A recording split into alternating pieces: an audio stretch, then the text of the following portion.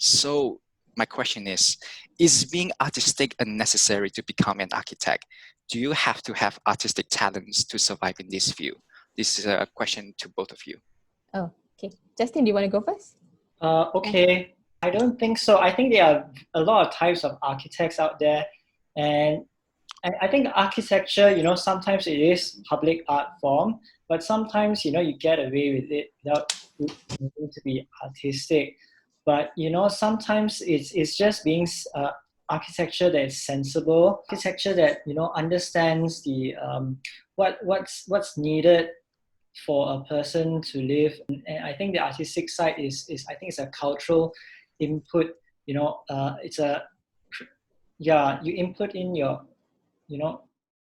it's sort of like cultural contribution artistically, in that sense, to reinvent, to make buildings slightly different from other buildings. But I think you can also, these ways of doing it without needing to be like super duper artistic, but it's sometimes about problem solving also in a creative way.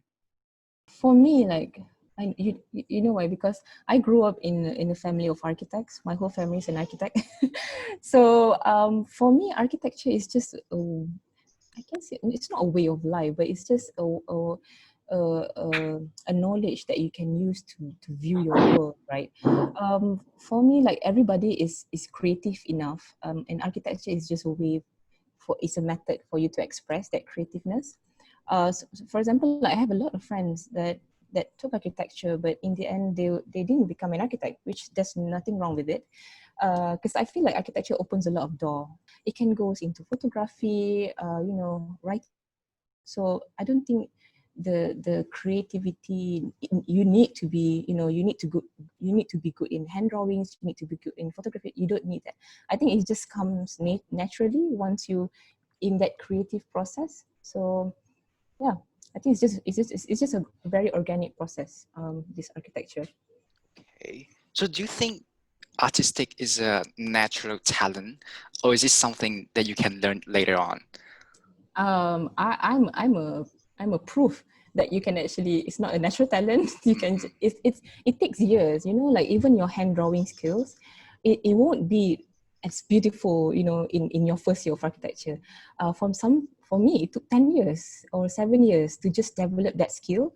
And I think the most important thing is that the tutors that you have, if they believe in you, they will keep pushing you. They kind of push me, and then they made me believe that I can. Okay, I think it's something. I mean, for some people it's natural, but for many people it's a skill that you develop. Probably maybe through architecture uni, or probably yourself, or even observing media and things that you love.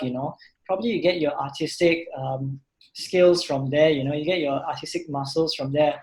But bear in mind also that there's so many mediums. There's like mediums of drawing. Medium of drawing is 3D, 3D, and also maybe being artistic on the computer, or being artistic musically or poetically, or writing a story. So there's a lot of mediums for your creativity to thrive. And I think architecture, it's and I'm also my background was architecture, but now I do a bit of artistic work, and I also do like urban farming. But I think all this, it's something that was developed from architecture school, because architecture school gives you the artistic, creative problem solving skills, creativity in terms of doing something that may not be, that doesn't have to be tangible. And after that, but there's also the need, sometimes there's also need for problem solving skills for real life problems. Yeah. See.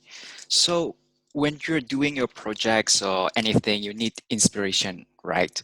So where do you suggest students to gain their inspiration and motivation when they're stuck for ideas?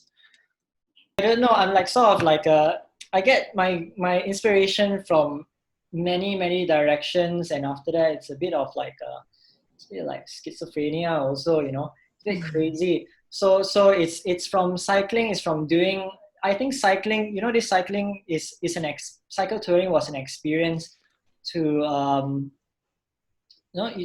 it's not just doing things on the paper, like it's not just doing things on paper or coming up with a design, but living and experiencing it firsthand also. So that's where architecture, for me, cycling, it becomes a creative process like that. But also, you get there's so much inspiration from every direction. You get inspiration from the rawness of nature, just pristine, but also you get inspiration from the ongoing.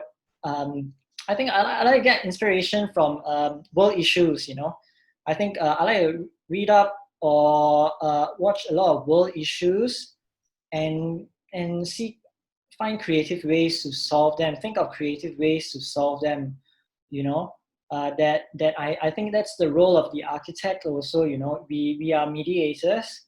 I think so. For me, architects are mediators, where we gather knowledge from probably from the science, probably from the artistic side, and probably we have to liaise with contractors and clients and all this kind of stuff also, and bringing all this together and solving the problem that way. Yeah. So yeah. For me, right, back in the study days, what I did was to unwind from the architectural. I would just not look into architecture things. What I would do is to just back in the days, I used to go to these art installations, art galleries. There's a connection between art and architecture, right? Somehow. So whenever it'd be nice to just go to the city and walk around and go into the art galleries, because I feel like it's such a nice experience as well. So what I do, coming back to KL, and I feel that the scene is coming here to KL, and we have all these art installation having around in the city. So especially like for students in KL, try to use this advantage that you have being in the city, and there's like all different kinds of art activities, even like markets, shoppings.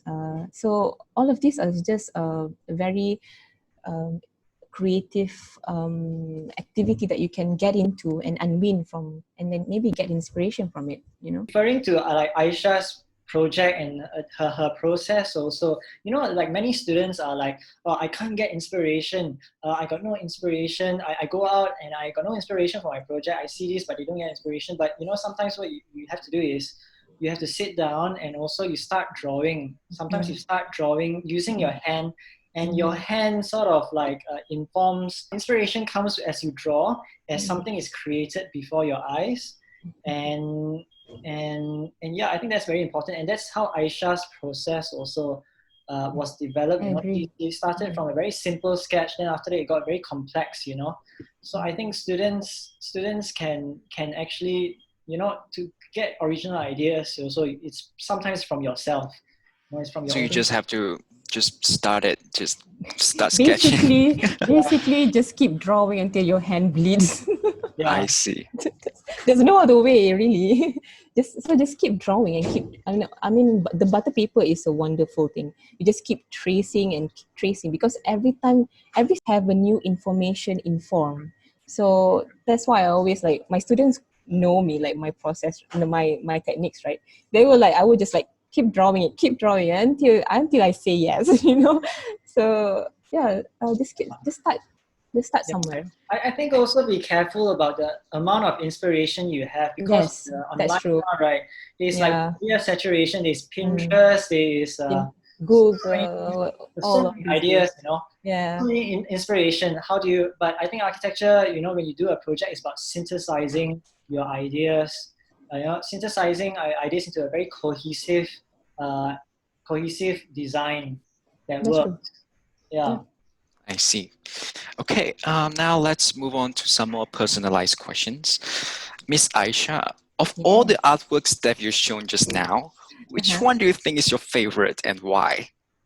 In overall, I think my final thesis was still my favorite one, because I feel that it kind of like get me into trying all these different techniques, and it just brings out the style that I still kind of use it until today. So it kind of a starting point for even for my research, and I think if I can say the favorite drawing would be the section drawing.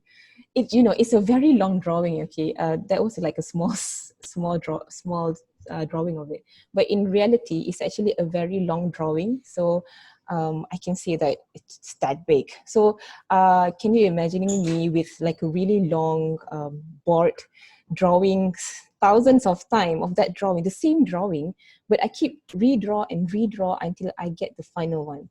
So just to scan that drawing and have that on screen, it's just I believe you published Urban Parlor, Cultivating yeah, Everyday Moments Through the Female Gaze 3 years ago. yeah, In that work, you talked about, and I presume it's yours, day-to-day life of women here in Malaysia. yeah. Could you explain the story behind the title and how Okay. you hope to see a change in the way of living for women here in Malaysia? Urban Parlor was actually an extension of from my research. So from the thesis that I did about women's space, so when I got back here in KL, I was hoping to actually extend that research, but having not being a student anymore, I was just like, okay, I was just do this myself then. So what I did was, I was quite fascinated with everyday life, things that you kind of like overlook, the mundane things. So for me, back then, because I was working in the city, I was literally working like around KLCC area. So my life was quite hectic. For me, being a Muslim, things that I said that we took for granted are spaces, like everyday spaces. So I took an example. So that was just like a small portion of that research, okay? So I took like the women's prayer room and try to look like, what am I missing here? Am I missing because I pray 5 times a day, so I'm spending quite a lot of time in this space, and then can architecture somehow influence those little moments that I do in that little space? So I kind of like the kind of mapping, because when you pray, right, you have sort of like a sequence. You take ablutions, and for women, right, we took off our own hijab, and then we wear our telekung. So it's a process, it's a movement, and you do this every day for 5 times. So I find it very fascinating, and I kind of map it and then try to reimagine. So that was Urban Parlor about. So I was hoping for it to be a starting point. So maybe the next one could be like this little space that I found in the city that I could just reimagine. Mr. Lee, you are also the co-founder for Tiny Greens. Would you Yeah. please let us know what exactly does your company do and what differs you from normal farming? We have a space and we are growing microgreens actually. Microgreens are basically baby shoots that you can harvest in like between 7 to 14 days. And after that, we grow and supply microgreens to like restaurants and now end users also. So how it differs from traditional farming is that traditional farming grown outdoors, right? There's crop imbalances and things like that, and also some of your crops would die and some of your crops would thrive, and it's because of the weather also. It's inconsistent. So what we are doing is we are controlling the environment. It's sort of like in architect's dream also, like a lot of our projects we do urban farming and things like that, and so we control the environment. So that means we have less pests, we have less insects, and we are pesticide free and chemical free also, in which like farms outside they use a lot of pesticides. But microgreens is different from vegetables also because you harvest it very fast, but it packs a lot more nutrients, and it's commonly used as garnishes by chefs. We are promoting it to be more like a salad and things like that lah. Did Yeah. you think that what you're doing right now might change the future of farming architect in Malaysia, or at least somehow influence it? Oh, I think it's a step, it's a step to get people to, okay, we are in uncertain times now. There's COVID, there's the pandemic crisis, and there's also the climate crisis. you know, and in the next 10 years, there's a lot of uncertainty that comes with the climate. And after that, we had a taste of it with the lockdown recently. You know, states are closed, and after that, supermarkets are also, you know, you got panic buying. Then after you ran out of food and things like that. So I think what we're doing is a step of like just trying out, because it's not just us. You know, they are not.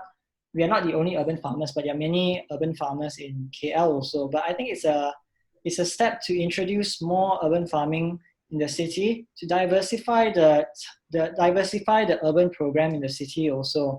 And I think in turn also, as I was talking about the problems with the, you know, let's just say you can't travel interstate, you know, you have food growing for you locally within the city, whereas most of our food comes from, you know, the urban peripheries like Cameron Highlands and things like that. So you can get food locally, and also if it's in a controlled environment, it's also a form of food security also. And microgreens is an easy type of crop to grow, and compared to larger vegetables, which takes few months to grow lah. And smaller vegetables, you know, it's a nice step to introduce to people to start growing themselves also. So we'll be doing a starter kit in the future also. Yeah. Thank you. Miss Aisha, you mentioned you have class on on the weekend, right? Yeah. What exactly do you like teach in that class? Thing is, the class that I offered is it's not like a normal 3D classes. Okay. I kind of like share the tricks and tips, because when I was working with City Lab Studio right after I graduated. So that City Lab was using Rhino fully. So during that time, I was exposed to these all kinds of tricks and tips, how to just do a really fast modeling, you know, because that's what we do in the office. We have like various of proposal to be done. So I couldn't go to like a normal software classes, because it's like textbook. And I'm quite rebellious when it comes to learning something. So I always find a way to get to learn like techniques, like, you know, we sometimes we just need like you know, a simple straightforward tricks how to do this. You know, sometimes you want to do like a ball, or even like this very organic shape. And if I go to like, I feel like there's a need in the local student scene. And it's not just students, you know, I even have professional working people coming in, even artists that doing installation, because they feel like the you know, SketchUp is quite limited in certain ways. And I think Rhino is such a really good software. And my class is just from 9 to 4. And I cover from basic modeling to complex modeling. So by the end of the classes, I make sure all of my students can actually do all this very complex structure and whatnot. What I did was I kind of designed my own module to make sure that it can fit from 9 to 4 p.m. and covers from basic to complex. On behalf of everyone here, I would like to extend my gratitude to both of you. It is our honor to have you here. Thank you for the super presentation. We all learned a lot today. And thank you for your time. Till the next time, stay safe and have a good day.